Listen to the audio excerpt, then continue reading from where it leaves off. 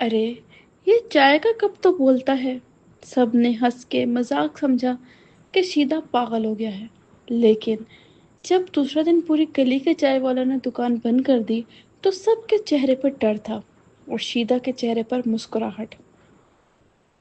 शीदा एक छोटी सी चाय की दुकान चलाता था, लेकिन उसकी चाय में कुछ अलग ही बात थी। हर शख्स कहता था, शीदा, तेरी चाय में जादू है।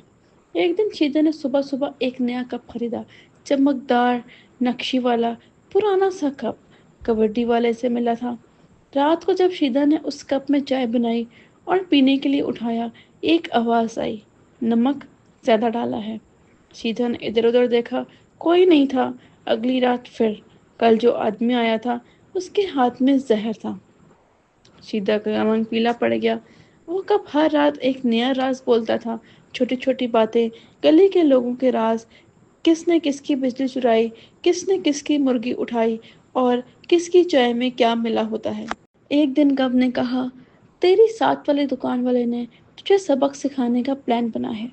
शीदा ने अगले दिन सबके सामने कप को टेबल पर रखा और पूरा प्लान एक्सपोज कर दिया। सब हैरान और दुश्मन शर्मिंदा। आज शीदा का स्टॉल टॉकिंग चाय के नाम से मशहूर हो गया है। लोग चाय से ज्यादा कप की बातें सुनने आते हैं। और कप, वो कहता है, आज शीदा ने मुझे धोकर नहीं रखा। उफ, ये इंसान भी।